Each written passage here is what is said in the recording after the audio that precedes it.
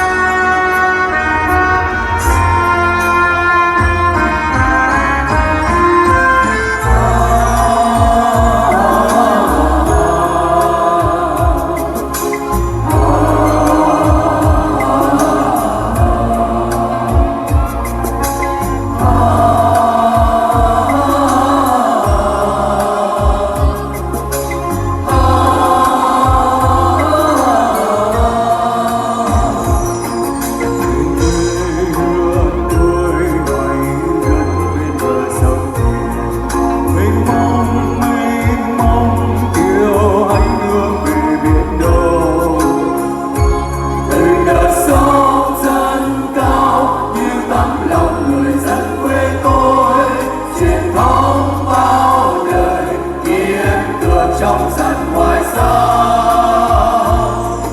để quê hương tôi mảnh đất biết bao ân tình qua bao gian lao vẫn tự hào dáng đứng yên nga